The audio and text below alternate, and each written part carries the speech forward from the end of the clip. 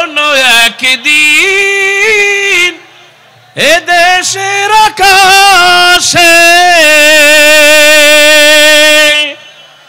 কালিমার পতাকা দুলবে, সেদিন সবাই খোদাই বিধান পে দুঃখ বেদনা ভুলবে। ঠিক কিনা? সেদিন আর রবে না হাহাকার, অন্যায় জুলুম অবিচার, থাকবে না হাহাকার, দুর্নীতি কদাচার, থাকবে না হাহাকার, দুর্নীতি কদাচার, সকলেই শান্তিতে থাকবে। সেদিন সবাই খোদাই বিধান পে দুঃখ বেদনা ভুলবে। একাকী নিরমণি নির্জন পথে যাবে, কোনো জন কটু কথা কবে না, কোনো জন পথে ঘাটে সম্পদের মোহে খুনার রাহা জানি হবে না। খোদার আইন ছাড়া অন্য কিছুতে আর, কোরআনের আইন ছাড়া অন্য কিছুতে আর মানুষের মুক্তি না মিলবে। সেদিন সবাই খোদাই বিধান পে দুঃখ বেদনা ভুলবে। কোন একদিন এই পেকুয়াতে কালিমার পতাকা দুলবে। ঠিক কিনা? সেই দিন খুব বেশি দূরে, মুসলমান জোরে বলেন খুব বেশি দূরে। কারণ এই জমিনটা কার? সবাই বলেন জমিন কার? এই কোরআন কার? সবাই বলেন কোরআন কার? আর আমরা গোলাম কার? আল্লাহর জমিন, আল্লাহর কোরআন। আল্লাহর জমিনে আল্লাহর কোরআন বাস্তবায়নের জন্য আগামীতে আবারও রক্ত দেওয়া লাগতে পারে, আগামীতে আবারও ফাঁসিতে ঝুলতে হতে পারে, আগামীতে গ্রেফতার হতে পারে, আগামীতে শহীদ হতে পারে। কারা কারা রাজি? দুই হাত তুলে দেখাও।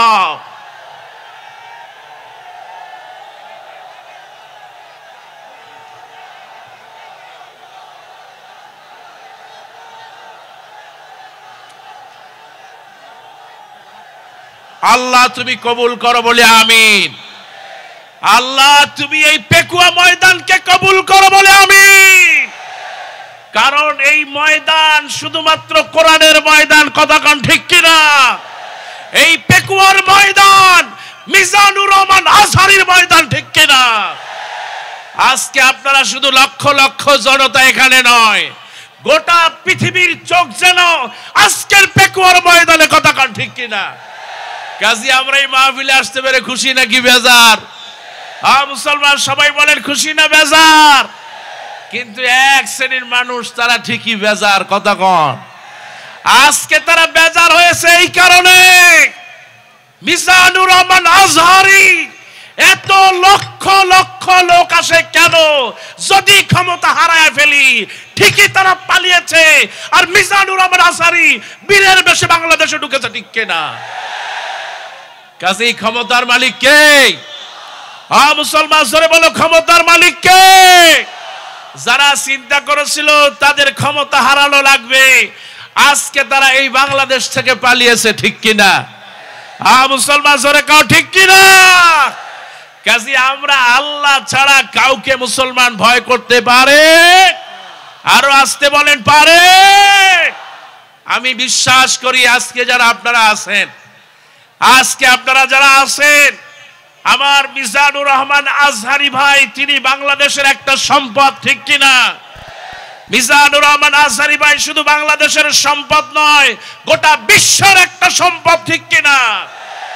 কারণ তিনি শুধু মালয়েশিয়ার সম্পদ না, তিনি লন্ডন, ইউরোপ, আমেরিকায় গোটা বিশ্বের ইসলামী স্কলারদের সাথে যিনি ওঠা বসা করেন, তিনি হচ্ছে আমাদের কলিজার মুফাসসির মিজানুর রহমান আজহারি, ঠিক কিনা? কাজী আজকের এই প্রথম মাহফিল বাংলাদেশে, আজকে গোটা বিশ্বের চোখগুলো যেরকম এখানে, ঠিক আমরা দোয়া করি আজকের মাহফিলটা যেন আগামীর পথ চলায়, ইসলামী আন্দোলনের পথ চলায়, কোরআনের আইন প্রতিষ্ঠার পথ চলায় একটা মাইল ফলক হয়ে থাকবে, কথা কও ঠিক কিনা? আমার ভাইরা, কোরআনের মাহফিল বন্ধ করার অনেক ষড়যন্ত্র অতীতে হয়েছে, বর্তমানেও আছে, আগামীতেও হবে, কতক্ষণ। কিন্তু কোরআনের মাহফিল বন্ধ করা যাবে, আর কোরআনকে যারা ভালোবাসে তাদেরকেও নিভায় দেওয়া যাবে। আমার আল্লাহ রাব্বুল আলামিন বলেন, ইয়া আইয়ুহাল্লাযীনা আমানু হাল আদুল্লুকুম আলা তিজারা। আল্লাহ পাক বলেন, ও দুনিয়ার মানুষেরা, হাল আদুল্লুকুম আলা তিজারা, আমি কি তোমাদেরকে একটা ব্যবসার কথা বলবো না, যে ব্যবসাটা যদি করতে পারো, তুনজিকুম মিন আযাবিন আলীম, ওই জাহান্নামের কঠিন আযাব থেকে বাঁচায় দিবেন কে? আল্লাহ পাক বলেন, ব্যবসা যদি করতে হয় তিনটা পুঁজি লাগবে। যেরকম কয়টা? তিনটা পুঁজি যদি আপনার থাকে, এক নম্বর পুঁজি হলো তুমিনুনা বিল্লাহ, ঈমান আনতে হবে আল্লাহর উপরে। দুই নম্বর পুঁজি হলো তুমিনুনা বিল্লাহি ওয়া রাসূলিহি, আর ঈমান আনতে হবে রাসূলের উপরে। আর তিন নম্বর পুঁজি হলো আল্লাহ রাব্বুল আলামিন বলেন, ওয়া তুজাহিদুনা ফি সাবিলিল্লাহ, আল্লাহর রাস্তায় মাল দিয়ে, জীবন দিয়ে সংগ্রাম করবে, কথা কও ঠিক কিনা? আমার ভাইয়ারা, এই পৃথিবীর যত সমস্যা, সব সমস্যাগুলো তিন ধরনের সমস্যা। বিজ্ঞানীদের দৃষ্টিতে মানুষের মূল সমস্যা হলো তিনটা। এক নম্বর হলো ল্যান্ড, ভূমি জমি জমা নিয়ে সমস্যা। দুই নম্বরে লেডিস, নারী, এই মহিলাদেরকে নিয়ে সমস্যা আছে না নাই? আরো আসতে বলেন, আছে না নাই? এই মহিলাদের কারণে গত 16টা বছর আমার বাংলাদেশে জুলুম আর নির্যাতন চলেছে, কতক্ষণ ঠিক কিনা? এক নম্বর সমস্যা ল্যান্ড, দুই নম্বর সমস্যা লেডিস, তিন নম্বরে সমস্যা হলো লিডারশিপ। এই সমস্যা থেকে যদি বাঁচতে হয়, আমার আল্লাহ রাব্বুল আলামিন বলেন তিনটি আমল করবা। এক নম্বর হলো ঈমান আনতে হবে আল্লাহর উপরে। আর যারা ঈমান আনবে, যারা বলে নিয়েছে লা ইলাহা ইল্লাল্লাহু মুহাম্মাদুর রাসূলুল্লাহ সাল্লাল্লাহু, এক নম্বর হলো আল্লাহর প্রতি ঈমান। আর আল্লাহর প্রতি যারা ঈমান আনবে, তাদের পরিণতি বেলালের মতো হতে পারে। আরে যেই বেলালকে মরুভূমির ভিতরে চিৎ করায়া বুকের উপরে পাথর চাপা দিয়ে বলেছে, বেলাল, ও বেলাল কেমন লাগে? আরে বেলালের বুকের উপরে পাথর চাপা, রক্তগুলো বেবে মরুভূমির বালু ভেজে যায়, কিন্তু জালেম বেঈমানদের অন্তরটা ভেজে না। এই সেই বেলাল, আরে কালেমা গ্রহণের কারণে, ইসলাম কবুল করার কারণে হযরত বেলালকে দিনের পরে দিন মরুভূমির ভিতরে নির্যাতন করা হয়েছে। আমার আল্লাহ পাক বলেন, অবশ্যই তোমাদের আমি পরীক্ষা করব, যদি তোমরা ঈমান আনো, যদি তোমরা ঈমানদার হও, তোমাদের পরীক্ষা করব। আজ আমার এই বাংলাদেশে মুমিনদের উপরে, আলেমদের উপরে পরীক্ষা আছে না নাই? আজ বাংলাদেশে যেই দলকে 16টা বছর নির্যাতন করেছে, জুলুম করেছে, কিন্তু জমিন থেকে মুছতে পারে? আমার ঈমান যদি মজবুত থাকে, আমার আল্লাহ পাক বলেন, ইন্নাল্লাযীনা আমানু ওয়া আমিলুস সালিহাতি কানাত লাহুম জান্নাতুল ফিরদাউসি নুজুলা। একটু জোরে বলেন সুবহানাল্লাহ। ঈমান যার অন্তরে থাকবে বিপদ আসবে, ঈমান যার অন্তরে থাকবে মুসিবত আসবে, ঈমান যার অন্তরে থাকবে জেলখানায় যাওয়া লাগবে। একটু তাকায় দেখেন কোরআনের পাখি, আরে আল্লামা দিলওয়ার হোসেন সাঈদী 1 বছর নয়, 2 বছর নয়, 13টা বছর বিনা কারণে জেলখানায় ছিল, ঠিক কিনা? অপরাধ কিছুই ছিল না, অপরাধ ছিল সত্যিকারে মজবুত ঈমান, আর অপরাধ ছিল কোরআন দিয়ে কথা বলার কারণে। এই সেই কোরআন, যেই কোরআন দিয়ে কথা বলতেন কোরআনের পাখি, আরে 13টা বছর তার উপরে জুলুম করেছে। কতটা জুলুম তারা করেছে! এই যে শীতের রাত, কোনো আহারের দরজা নাই, জেলখানার ভিতরে কোনো দরজা নাই, কোনো জানালা নাই, কাঠের তৈরি কোনো দরজা নাই, জানালাও নাই, লোহার শিক দিয়া গাথা দরজা আর জানালা, যার দিয়ে বাতাস ঢোকে আবার বাতাস বের হয়ে যায়। তেমন কোনো বড় কম্বল নাই, একটা সামান্য পাতলা কম্বল দিয়ে রাতের পরে রাত কাটিয়েছে। 1টা 2টা রাত নয়, 13টা বছর তিনি শীতের রাতে কষ্ট করলেন। শুধু তাই নাই ভাইরা আমার, দিনের বেলায়, আরে গরমের দিনে এত কষ্ট, জেলখানার ভিতরে তেমন কোনো ভালো ব্যবস্থা নাই। এত দীর্ঘদিনের ডায়াবেটিসের রোগী তিনি, রিং বসানো 4টা ছিল। আর এই এত জুলুম আর নির্যাতনের পরেও সন্তানরা যখন যেত, যখন জিজ্ঞেস করা হতো আব্বা কেমন আছেন, তিনি বলতেন আলহামদুলিল্লাহ। প্রশংসা কার? মুসলমান জোরে বলেন প্রশংসা কার? আজকে জেলখানার চাইতে কষ্ট কি আপনাদের বেশি হয়? মুসলমান বেশি হয়?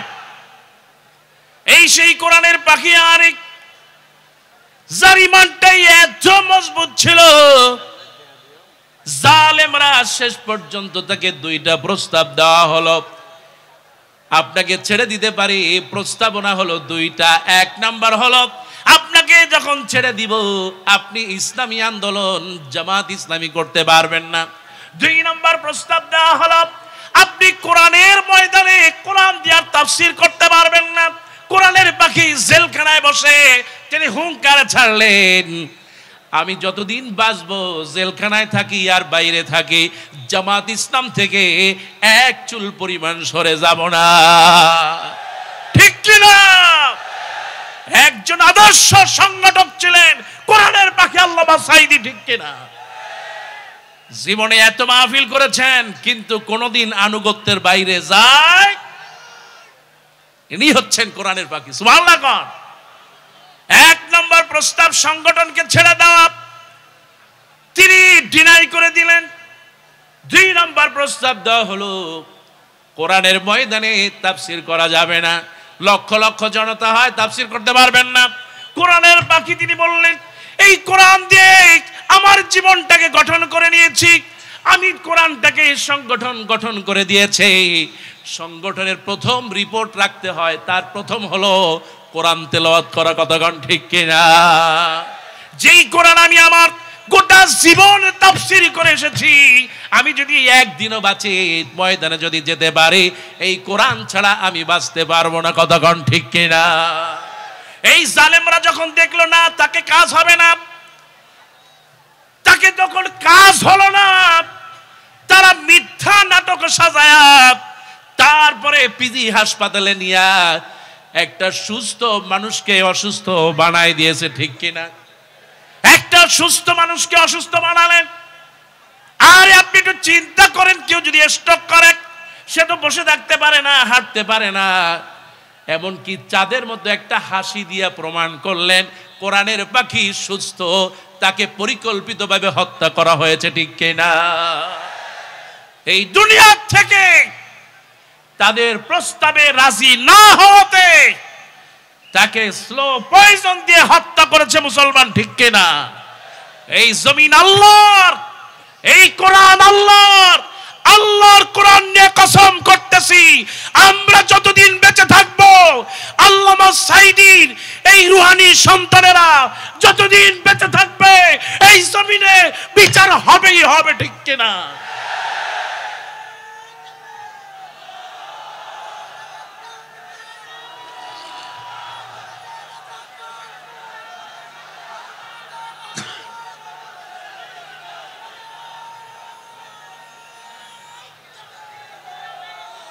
আমি মাননীয় ইউনূস সাহেবকে বলতে চাই, ডক্টর ইউনূস সাহেব, আপনি নিজেও কোরআনের পাখির ওয়াজ শুনতেন, কতক্ষণ, ঠিক কিনা?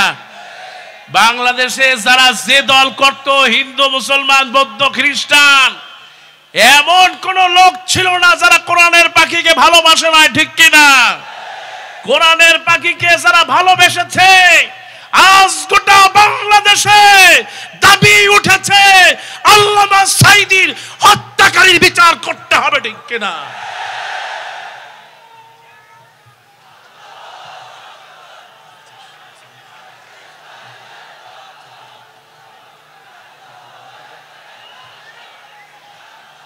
এই জন্য বলতে চাই মাননীয় উপদেষ্টা, আপনি একটু বিচার করবেন।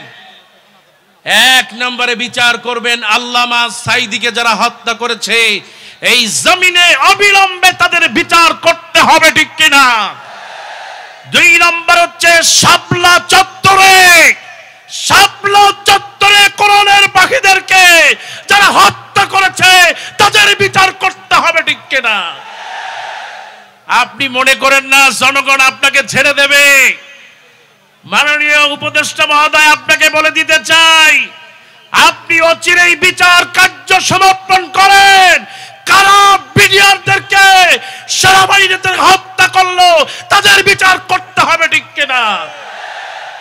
28শে অক্টোবর বাইতুল মুকাররমে আমার ভাইদের উপরে লগি বৈঠা দিয়া যেভাবে নির্যাতন করেছে তাদের বিচার করতে হবে, ঠিক কিনা? আপনি যদি বিচারে ব্যর্থ হন, আপনি বিচারে ব্যর্থ হবেন, এটা আমরা জানি, কথা কাও, ঠিক কিনা? আমি ওই দিন হালুয়াঘাটে বলেছিলাম, আমি মিশরে 7 বছরে ছিলাম, আমি দেখেছি মোবারক চলে গিয়েছে ঠিকই, কিন্তু ডালে ডালে শকুনগুলো ছিল। আজ বাংলাদেশে ঠিকই তাদের প্রেতাত্মারা রয়ে গেছে, যারা সচিবালয় সহ বিভিন্ন জায়গায় নানা অঘটন ঘটাচ্ছে, কথা কান, ঠিক কিনা? আপনি বিচার করবেন কারে দিয়া? সচিব তো অধিকাংশ তাদের, কথা কান। আপনি বিচার করবেন কাদেরকে দিয়া? পুলিশের মধ্যে তাদের লোক আছে না নাই? মুসলমান 5 তারিখে যেভাবে আমাদের ভাইদেরকে হত্যা করলো, ছাত্রদেরকে হত্যা করলো, আজ পর্যন্ত কোন ছাত্রকে হত্যার বিচার হয় নাই, ঠিক কিনা? এ বিচার কে করবে? অবশ্যই আপনাদেরকে করতে হবে, কতক্ষণ। আমার ভাইরা, আল্লাহ পাক বলে দিয়েছেন, ইন্নাল্লাযীনা ক্বালু রাব্বুনাল্লাহ, নিশ্চয়ই যারা বলবে আমার রব আল্লাহ, সুম্মাস্তাকামু, তারপরে অবিচল থাকবে, তাতানাজ্জালু আলাইহিমুল মালায়েকা, আল্লাহ পাক বলেছেন আমি তাদের উপরে ফেরেশতা নাজিল করব, ঠিক কিনা? আর এই যে আন্দোলনে আমি ছিলাম যাত্রাবাড়িতে, আমার চোখের সামনে কত মানুষ লাশ হয়ে গিয়েছে। পরপর 3টা জুমায় আমি খুতবা দিয়েছি। তিনি বলেছিলেন যে চাকরি পাবে মুক্তিযোদ্ধার ছেলেরা, রাজাকারের ছেলেরা পাবে, রাজাকারের নাতিরা পাবে। এই অহংকার তাকে এই দুনিয়ার থেকে নয়, এই জমিন থেকে, এই বাংলাদেশ থেকে বিদায় করে দিয়েছে, ঠিক কিনা? আজকে যেটা ছিল আমাদের জন্য গালি, এটা হলো আজকে আমাদের জন্য সম্মানজনক, কতক্ষণ, ঠিক কিনা? আজ গোটা পৃথিবীতে, শুধু আমি নয়, বাংলাদেশ নয়, সারা পৃথিবীতে তুমি কে, আমি কে, তুমি কে, আমি কে, কে বলেছে? কাজী এই অপমান নিয়ে দুনিয়ার থেকে আপনাদের যাওয়া লাগবে। এই জমিনে আপনাদের দাফন হবে না, কতক্ষণ, ঠিক কিনা? আমার ভাইরা, বলতে চাই, ইন্নাল্লাযীনা ক্বালু রাব্বুনাল্লাহ সুম্মা ইসতাকামু তাতানাজ্জালু আলাইহিমুল মালায়েকা। সোনার টুকরা ছেলেরা, বৈষম্য বিরোধী ছাত্র আন্দোলনের ছেলেরা মাঠে নেমেছে, আল্লাহ পাক ফেরেশতা দিয়ে সাহায্য করছে, ঠিক কিনা? কাজী আমরা যদি কোরআন নিয়ে থাকতে পারি, আমরা যদি ইসলাম নিয়ে থাকতে পারি, আমরা যদি আল্লাহওয়ালাদের সাথে থাকতে পারি, আগামীর জমিন হবে ইমানদারদের জমিন, ঠিক কিনা? আমার ভাইয়ারা ও আমার মায়েরা, দুনিয়ায় থাকবো না, চলে যাব। আল্লাহ নবী বিশ্ব নবী রাহমাতুল লিল আলামিন বলেন, মাগো তুমি চারটি আমল করবা মা। ইযা সাল্লাতিল মাররাতু খামসা, একজন মা যখন 5 ওয়াক্ত নামাজ পড়বে, ও সামাত শাহরাহা, রমজান মাসে রোজা রাখবে, ও আতাত যাওজাহা, স্বামীর খেদমত করবে, ও হাফাজাত ফারাজাহা, নিজের সতীত্ব আর পর্দা রক্ষা করবে। এই চারটি আমল যেই মা করতে পারবে, ওই যে আল্লাহ রাব্বুল আলামিন বলেন, হাল আদুল্লুকুম আলা তিজারা, আমি কি একটা ব্যবসার কথা বলবো না? এই ব্যবসার মধ্যে 1 নম্বর হলো ঈমান। যারা এই চারটি কাজ করতে পারবে, আল্লাহ নবী বিশ্ব নবী বলেন, কিলা লাহু দিখিলিল জান্নাহ, কিয়ামতের দিন বলা হবে জান্নাতের সব দরজা খুলে দাও, যেটা দিয়া মনে চায় ওই পেকুয়ার মা বোনেরা জান্নাতে চলে যাবে। কোন সুবহানাল্লাহ। আমার ভাইয়ারা, এই মায়েদের মর্যাদা অনেক বেশি, সুবহানাল্লাহ কোন। আরে আল্লাহ নবী বিশ্ব নবী রাহমাতুল লিল আলামিন বলেন, হুমা জান্নাতুকা ওয়া নারুকা, এই তোমার মা তোমার বাবা তোমার জন্য জাহান্নাম, তোমার জন্য আবার জান্নাত। যদি মায়ের সাথে ভালো ব্যবহার করো, জান্নাত দিবে কে? আরে মায়ের তো মর্যাদা দিয়েছেন। আজকে যাদের মা নাই তাদের জন্য দোয়া করি, যাদের বাবা নাই দোয়া করি, আল্লাহ কবরটা জান্নাতুল ফেরদাউস বানায় দাও, জোরে বলেন আমিন। আরে আমার ভাই নেয়ামতুল্লাহ নিজামী আব্বাজান দুনিয়া থেকে চলে গিয়েছি, আরে তার এই সওয়াব মাওলানা শহীদুল্লাহর ইসালে সওয়াব মাহফিল, দোয়া করি আল্লাহ তার আব্বাজানের কবরটাকে জান্নাতের টুকরা বানাও, বলে আমিন। আমার ভাইয়েরা, মায়েদের এত মর্যাদা দিলেন। আল্লাহ নবীর স্ত্রী আম্মা জান আয়েশা রাদিয়াল্লাহু তাআলা আনহা বর্ণনা করেন, আমি ঘরের ভিতরে ছিলাম, একজন মহিলা বাড়ির সামনে এসে সালাম দিলেন, আসসালামু আলাইকা রাসূলুল্লাহ, আসসালামু আলাইকা হাবিবাল্লাহ। ঘরের ভিতরে আম্মা জান বলেন, আমি আর নবী ঘরের ভিতরে ছিলাম, দরজাটা খুললাম, দরজা খোলার পর আমি দেখতে পেলাম 2জন বাচ্চা, তার মা 2টা বাচ্চা নিয়ে মা দরজার সামনে হাজির। আম্মা জান আয়েশা বলেন, দরজার সামনে হাজির, বাচ্চা 2টাকে কাছে পেলাম, মা রে ক্ষুধা লেগেছে, কি খাওয়াবো? তেমন কিছু নাই, 3টা খেজুর দিলাম। আল্লাহ নবী বিশ্ব নবীর স্ত্রী আম্মা জান আয়েশা বলেন, 3টা খেজুর দিলাম। এই 3টা খেজুরের 2টা খেজুর মা 2টা বাচ্চার হাতে তুলে দিল, আর একটা খেজুর সহিহ হাদিস আল্লাহ নবী বর্ণনা করেন, আর একটা খেজুর মা খেতে গিয়েও খেলেন না, তিনি হাতের সামনে ধরলেন, আর বাচ্চা 2টা খেজুর খেয়ে ফেললো। বাচ্চা 2টা খেজুর খাওয়ার পর এবার মায়ের খেজুরের দিকে তাকায় আর বলে, মা খেজুরটা আমাকে দাও। বাচ্চা 2টার দিকে মুখে তাকায়া মা খেজুরটার 2টা ভাগ করে 2 বাচ্চাকে খাওয়ায় দিলেন। ও আমার ভাইয়েরা, মায়েরা, আম্মা জান আয়েশা রাদিয়াল্লাহু তাআলা বর্ণনা করতেছেন, আমি জলদি করে আল্লাহর নবীর কাছে চলে গেলাম, ইয়া রাসূলুল্লাহ, ইয়া হাবিবাল্লাহ, ওগো আল্লাহর নবী, এ আমি কি দেখলাম? মায়েরা কি এত কষ্ট করতে পারে? ওগো নবী, এ ব্যাপারে আপনার কি মত? আল্লাহ নবী বলেছেন, যেই মা তার সন্তানের জন্য এত কষ্ট করতে পারে, ওয়াজাবাত আলাইহা জান্নাহ, আমার আল্লাহ রাব্বুল আলামিন তার জন্য জান্নাত ওয়াজিব করে দিবেন। জান্নাত ওয়াজিব করলেন কে? এই জন্য মা বাবার খেদমত ছাড়া জান্নাতে যাওয়া যাবে? আমার ভাইরা, যেই সূরা সব থেকে বললাম, 1 নম্বর হচ্ছে 1 নম্বর মজবুত ঈমান, 2 নম্বর রাসূলের মহব্বত, 3 নম্বর হচ্ছে আল্লাহর রাস্তায় আল্লাহর জন্য নিজের জীবনকে বিলিয়ে দেওয়া। আল্লাহ পাক আমাদের সবাইকে এই 3টি আমল করার তৌফিক দিন, জোরে বলেন আমিন। আজকে এই যে লাখো জনতা, আজকে হাজারো মিডিয়ার ভাইরা, আমরা এই যে মিডিয়া, এদের ভূমিকা আছে না নাই? বৈষম্য বিরোধী ছাত্র আন্দোলনে কোন টিভি চ্যানেল কথা বলে নাই, কথা বলেন ঠিক কিনা? বৈষম্য বিরোধী ছাত্র আন্দোলনে কোন সরকারি মিডিয়া কথা বলে নাই, পত্রিকা কথা বলে নাই। অনেক পত্রিকা ছিল, প্রথম আলোর মতো পত্রিকা, তারা ছাত্রদের বিরোধিতা করেছে, ঠিক কিনা? মুসলমান জনে কাও ঠিক কিনা? এই প্রথম আলোর পত্রিকাটা মুসলমানদের জন্য পায়খানার টিস্যু হিসেবে ব্যবহার করা জায়েজ নাই, ঠিক কিনা? আমার দেশ পত্রিকা পড়বেন, নয়া দিগন্ত পত্রিকা পড়বেন, আরো যত পত্রিকা আছে এগুলো পড়বেন। আর ভারতীয় এই পত্রিকা প্রথম আলো সহ যা আছে সবাইকে বয়কট করতে হবে। কতক্ষণ আগামীতে এই বাংলাদেশ যাতে কোরআনের বাংলাদেশ হয়, আগামীতে এই বাংলাদেশ যেন সাম্য, ভ্রাতৃত্ববোধ, মানবিক মূল্যবোধ প্রতিষ্ঠা হয়, আইনের সুবিচার প্রতিষ্ঠা হয়, আগামীতে যেন এই বাংলাদেশে প্রত্যেকটা নাগরিক যেন তার অধিকার ফিরে পায়। এই জন্য আজকের পেকুয়ার ময়দান থেকে বলতে চাই, আগামীর বাংলাদেশে মিজানুর রহমান আজহারীকে কোন একটা জায়গায় আমরা দেখতে চাই। কথা কোন ঠিক কিনা? মুসলমান জনে কেউ ঠিক কিনা? অন্তত এমন একটা জায়গায় রাখবেন যেই জায়গা থেকে এই স্কলারকে বসালে তিনি এই দেশের জন্য কাজ করতে পারবেন ইনশাআল্লাহ। আমার ভাইকে মিজানুর রহমান আজহারীকে কবুল করুন, বলে আমিন। মুসলমান জোরে বলেন আমিন। আগামীতে মিজানুর রহমান আজহারীর ভাই অনেক মাহফিল হবে। আমরা শত শত হাজারো কোটি জনতা মিজানুর রহমান আজহারী ভাইয়ের এই মাহফিলগুলোতে অংশগ্রহণ করব, আর জালেমদেরকে দেখাই দিব মিজানুর রহমান আজহারী কারো শত্রু নয়, গোটা পৃথিবীর বন্ধু। কতক্ষণ ঠিক কিনা? আল্লাহ আমাদের সবাইকে কবুল করুন। আজকের এই মাহফিলে যারা কথা বললেন সবাইকে আল্লাহ বরকত দিন। বিশেষ করে আমার প্রিয় ভাই নিয়ামতুল্লাহ নিজামী, দোয়া করি তার জন্য, আব্বাজান দুনিয়ায় নাই, আল্লাহ যেন আব্বাজানের কবরটা জান্নাতের টুকরা বানায় দিক, বলি আমিন।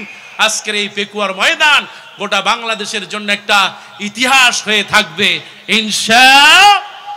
আরো জোরে বলেন ইনশাআল্লাহ। আল্লাহ আমাদেরকে কবুল করুন, আমিন।